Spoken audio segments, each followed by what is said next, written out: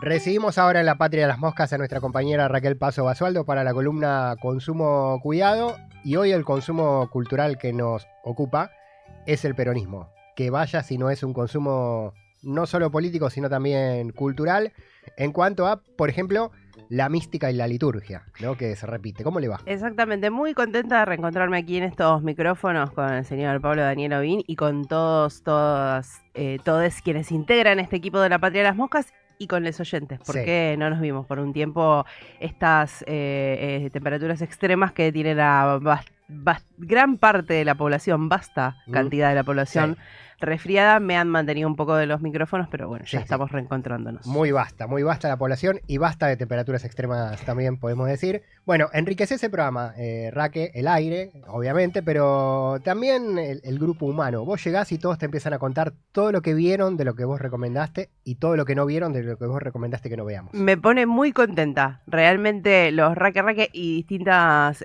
cuestiones. Ahí vieron Twin Peaks por un lado, hay nuevos videojuegos, ¿no? Distintas cosas que van circulando y que me las vengan a comentar me pone muy contenta. Yo vi Pesadilla en la calle 13 y esto refiere a tu atuendo. Exacto, que estoy así con un buzo a rayas roja y negra para quien no esté viendo. Freddy es un poquito más verde oscuro si nos ponemos ahí a hilar finito, pero bueno. Bien. Empezaste diciendo la compañera Raquel Paso, y acá me parece muy importante para esta columna, para este consumo cuidado del día de la fecha, vamos a ser compañeros y compañeras, y me parece que es un poco el puntapié para empezar a hablar de esto de el peronismo como un consumo cultural, como el peronismo, el movimiento peronista es mucho más que un partido político y que tiene grandes anclajes en la cultura. Me interesa saber de esto, obviamente que en el marco que estamos hablando del fallo de la Corte Suprema y la proscripción de Cristina Fernández de Kirchner, con un día hoy especialmente movilizado, me parece que era interesante traer esto y también preguntarnos por qué suceden estas cuestiones judiciales, a qué responden. Bueno, hay parte de lo cultural que también esto responde, ¿no? Y que me parece que no es algo que es la primera vez que le pasa al peronismo, la proscripción, pero que vamos a empezar a hablar de este movimiento y vamos a hablar de estas distintas señas que, si decimos compañero o compañera, ineludiblemente estamos remitiendo a esto de la liturgia peronista. Sí. Y me parece una de las cuestiones fundantes más importantes en la dialéctica. Hay algo del movimiento peronista que excede a quienes seamos o no justicialistas o nos consideremos o no peronistas. Yo no me considero peronista, ni vengo desde esa trayectoria, pero hay algo de esa praxis peronista y de la cultura peronista que me convoca.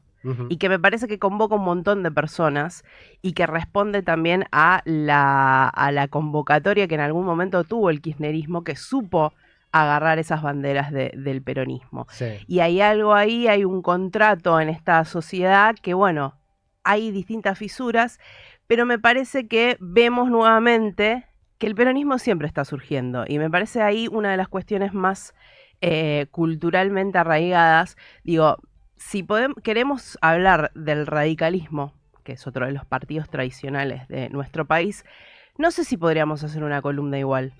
Podríamos hacer una columna, ¿no? Acá vamos a hablar un poco de, por ejemplo, de un lugar que se enlaza con la síntesis de la propuesta cultural y de ocio del peronismo, de un plato, de moda, y todas estas cuestiones no sé si las podemos remitir a otros partidos, por lo menos con una formación al revés, ¿no? Se habla del verticalismo del peronismo. Sí.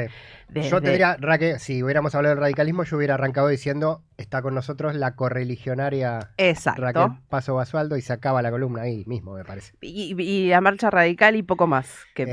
Sí, la boina blanca. No sé cuántos más lo saben. Si haríamos una columna sobre socialismo, comunismo, te diría camarada. Pero bueno, uno va a cubrir una asamblea del Partido Socialista o de la izquierda trotskista o del raquelismo y el compañero se les escapa. Exacto. Son cuestiones ahí que ya desde lo discursivo podemos saber si una persona que va a empezar a hablar de algo, si utiliza la palabra compañero o compañera, ya vamos a saber desde qué lugar enunciativo se está parando. Sí, o lo agarró el rayo peronizador. Que es algo que también sucede. Hablamos de esto, de un lugar. Si yo nombro Mar del Plata es un poco un cúmulo de lo que representa el peronismo y lo que representa culturalmente. Mar del Plata no se crea como lugar vacacional para las masas, sino para las élites.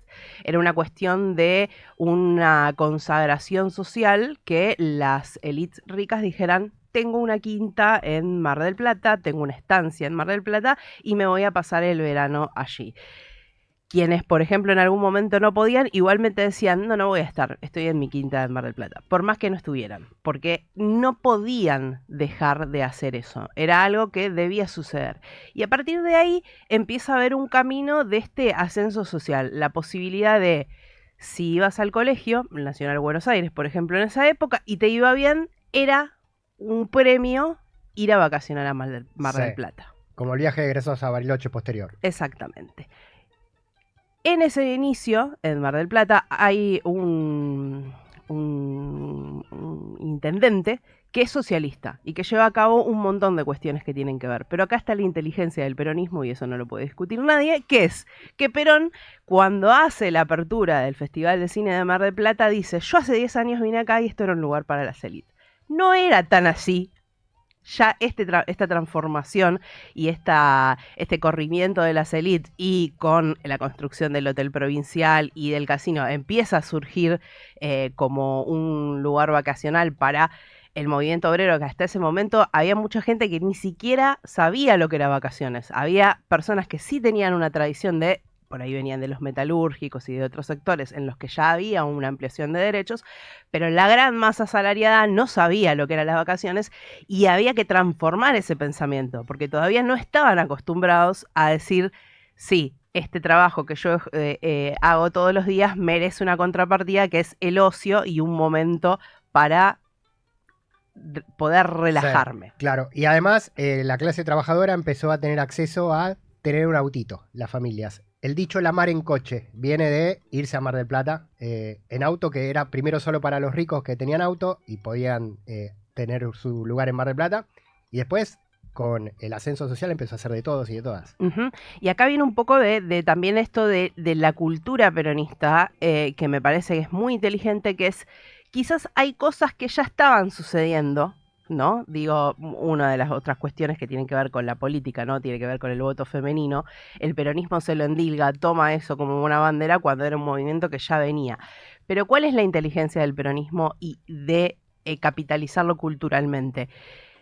El hacerlo consciente, ¿no? El decirlo: bueno, hasta acá, de 10 años para acá, esto era una cosa. Entonces ya ahí deja sentado un precedente. Y ese relato, que muchas veces se ha hablado de esto de la palabra relato, empieza a ordenarse de otra forma. Y esa reivindicación empieza a ser algo sólido, ¿no? Algo que está cristalizado y que queda en un lugar. Y esto va a suceder mucho.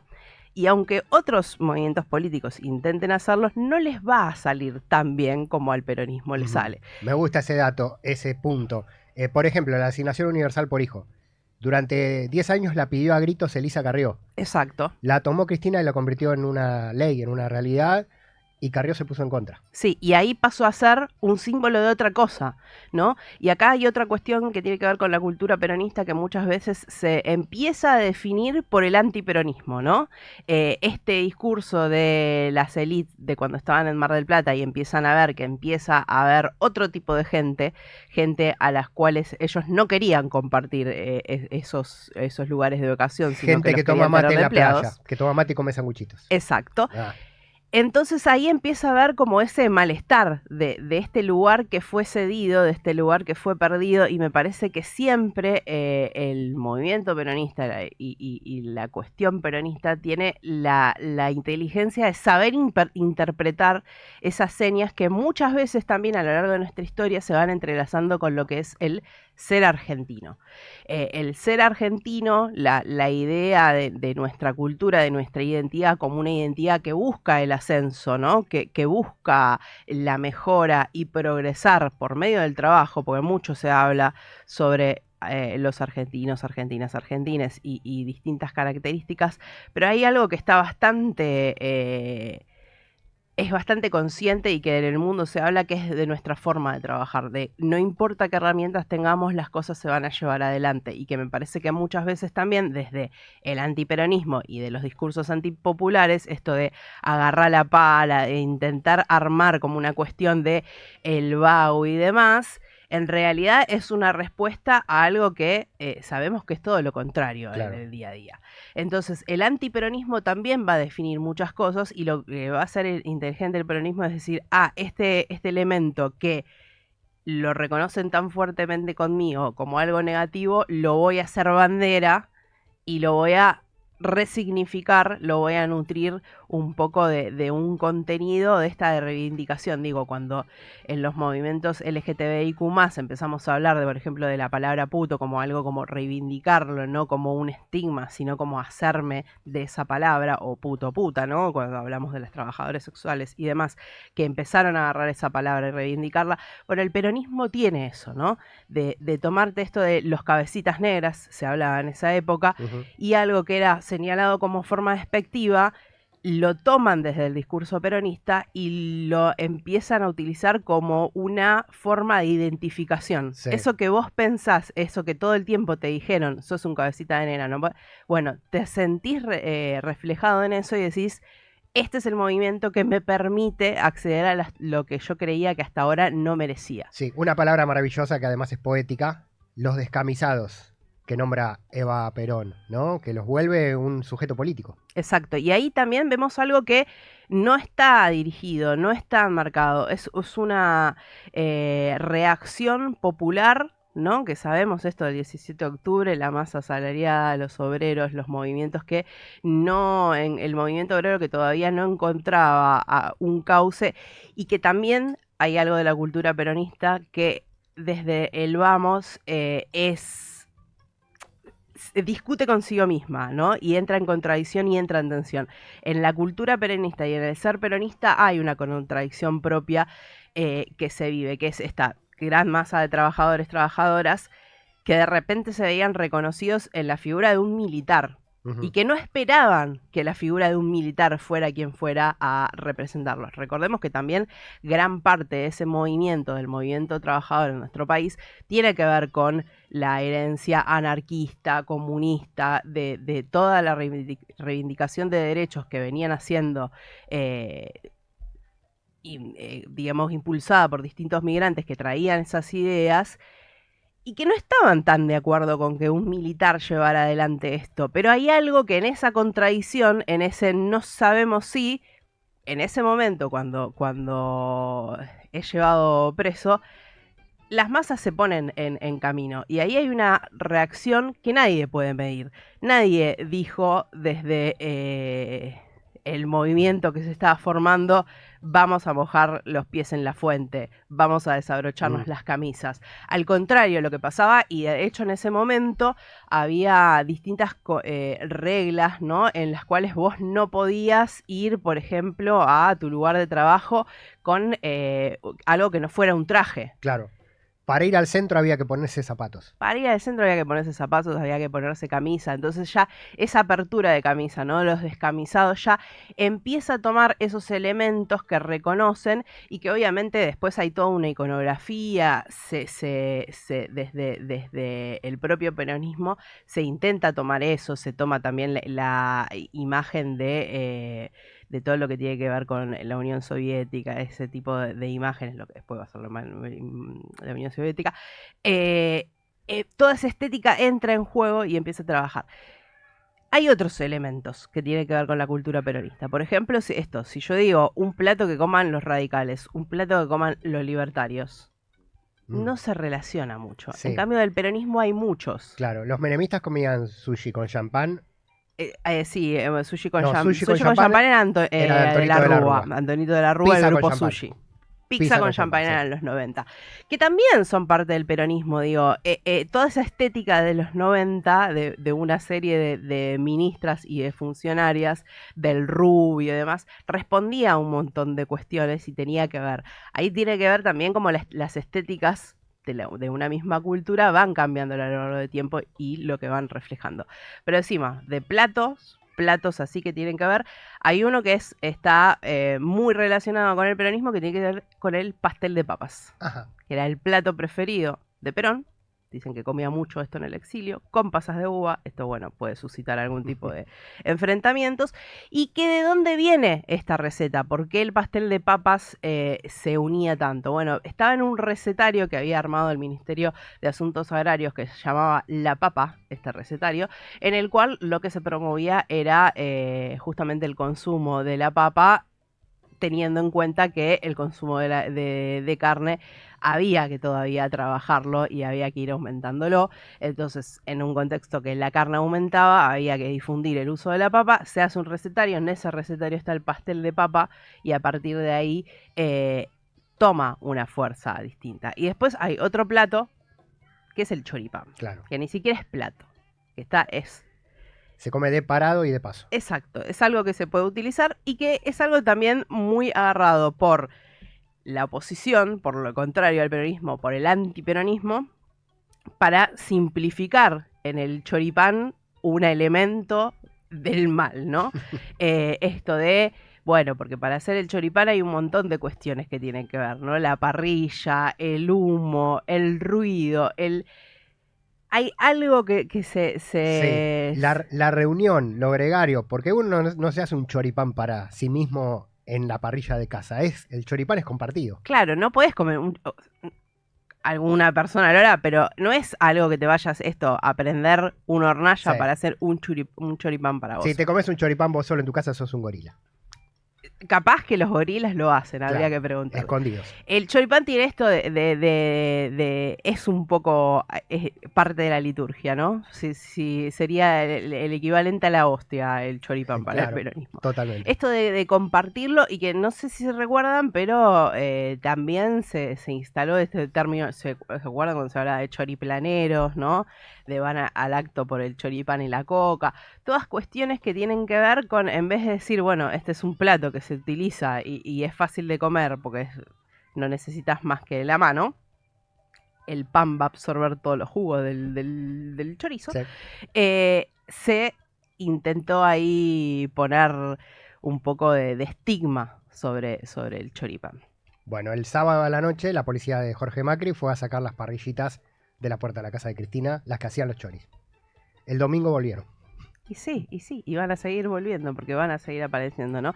Esta cuestión de querer controlar estos elementos que son elementos un poco que provienen del caos, ¿no? La parrilla en la calle es caótica y a su vez es también uno de los signos de nuestra identidad.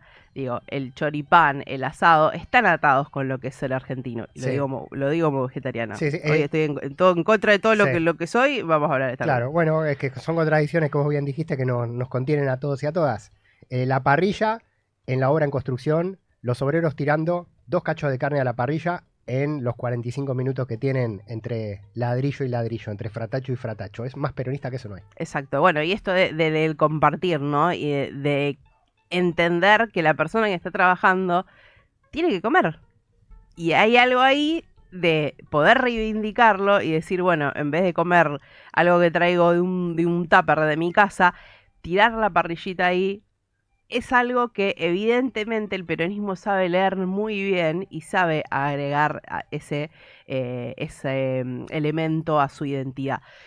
Hay distintos lugares inclusive que han surgido para comer, por ejemplo, Perón Perón es un bar temático con toda la iconografía peronista y con platos que remiten, nombres de los platos y demás. Empezó siendo uno, ahora hay en Sí. distintos lugares. Hay uno inclusive en España, claro, triunfa en España, triunfa en el mundo. Bueno, eso es porque la cultura peronista es de exportación, ¿no? Exacto. Hay algo, esto que es muy reconocible y que la gente quiere ir a verla y que seguramente muchas personas que están en otros lugares del mundo o argentinos o argentinas que están viajando en España quieren ir a tener un poquito de estos elementos que representan parte de su cultura. El pastel de papas incluso lo comía Jorge Luis Borges, ¿no? Si hablamos de alguien que era antiperonista. Y hay ahí distintas cuestiones de relatos que también aparecen, en la cultura. Hay muchos escritores, escritoras, se han hecho muchas compilaciones que hablan sobre distintos relatos, inclusive Rodolfo Walsh tiene un cuento hablando sobre Evita. Hay todo un mecanismo de Sí. cultura que Leonardo Fabio. Leonardo Fabio, todas las películas, todas las cuestiones que quedan ahí, que cuando leí un poco para preparar esta columna, ¿no? Decía, por ejemplo, en Gatica, cuando sale de una pelea y están preparando ahí como una olla de sopa, entonces él se acerca y ahí hay una representación de ese compartir con el otro, que por más que vos estés siendo el deportista, sí, ¿no? Vanagloriado en ese momento, compartir con el de al lado, hay algo en esa cultura que pone de igual a igual y que me parece que es una de las cuestiones más potentes de este movimiento. En esa película hay una frase maravillosa. Le dicen a Gatica, mono, no opines de política porque te van a llevar preso. Y él dice, yo no opino de política, yo soy peronista. No es que opino de política, siempre fui peronista. Claro. Claro, exactamente. Después, si pensamos, hay unas cuestiones hasta que tienen que ver con la moda. O sea, si imaginamos la imagen de Evita, nombramos a Paco Yamandreu, que fue su diseñador y además fue confidente. Y además también, para quienes somos parte del movimiento LGTBIQ+, tiene una representación ahí que, por más que el peronismo en sus inicios, y viniendo esto justamente de militares y demás, todavía era muy estructurado, empezaban a haber brechas por los cuales una marica que era diseñadora pudo hacerse reconocida, ¿no? Gracias a la figura de Evita. Y que hay algo ahí que empezó, ¿no? Que permite que ya desde los inicios del movimiento, personas que están en las márgenes y que están excluidas, se sientan dentro de esto, por más que hayan tenido inclusive resistencias.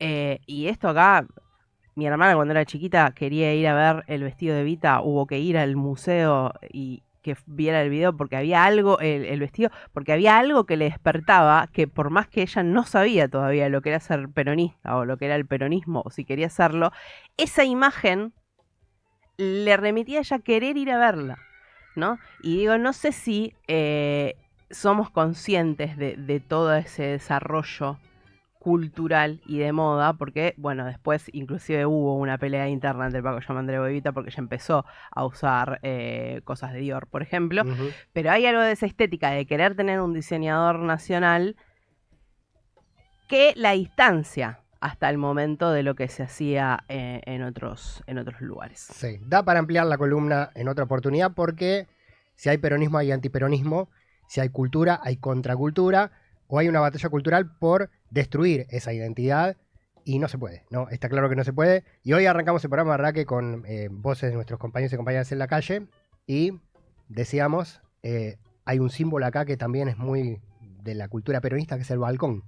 El balcón de Perón, el balcón de Cristina. A Cristina no la dejan salir al balcón. Eso es tremendo, porque sí, tanta indignación, ¿no? Desde los medios, de decir por qué el balcón, por qué tiene que aparecer en el balcón. Bueno, hay algo que el balcón, ese contacto con el pueblo, hay gente a la que le molesta. Digo, no hay ningún justificativo de que eso promueva. O sea, ¿por qué una persona en un balcón saludando puede promover, como dice el fallo,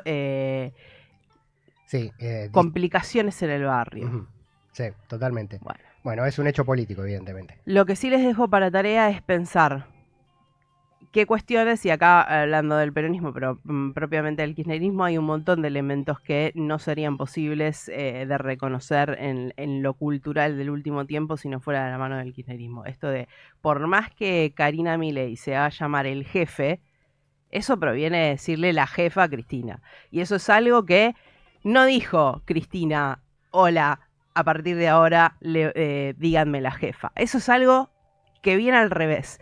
Y que esto de la verticalidad del peronismo, que es algo que se habla de la doctrina, que tiene que ser así, que es de arriba para abajo, pero ese arriba para abajo también siempre fue el de abajo para arriba. el de las masas reconociéndose con algo de los dirigentes y tomándolo como propio, o eso que los dirigentes tomaron como propio en realidad era algo que constituía la identidad de esas personas y por eso lo convoca. Por eso va a seguir convocando y por eso, por más que intenten proscribirlo, lo único que van a hacer es hacer crecer este movimiento, que le guste a quien le guste, forma parte de nuestra identidad como país. Y ojalá que el día de mañana podamos decir, esto es lo constitutivo de tal partido político, estos elementos, pero hasta ahora no existen, porque todo lo que hay, quien quiera reconocerse con un león, con un logo, con determinada cuestión, lo inventaron ellos, no lo puso la gente. Entonces, cuando lo inventás vos y se lo impones a la gente, no va a quedar de la misma manera, y bueno, para seguir recorriendo, para seguir pensando, hay mucho más. Podemos hablar de películas, de libros. Es algo que está vigente, es un movimiento que está vigente y es una cultura que está vigente y es mucho más amplia que solamente el justicialismo. Raquel Paso Basualdo y la columna Consumo Cuidado, la cultura peronista, el peronismo como consumo cultural. Algo muy peronista es pasarnos de los tiempos y no respetar las tandas comerciales capitalistas, por ejemplo, porque estamos combatiendo al capital también, que es otra frase constitutiva de la cultura peronista, pero vamos a cumplir con la tanda y seguimos. Hay más calle en este día especial con las marchas que se están realizando en Buenos Aires y en todo el país contra la proscripción de Cristina Kirchner.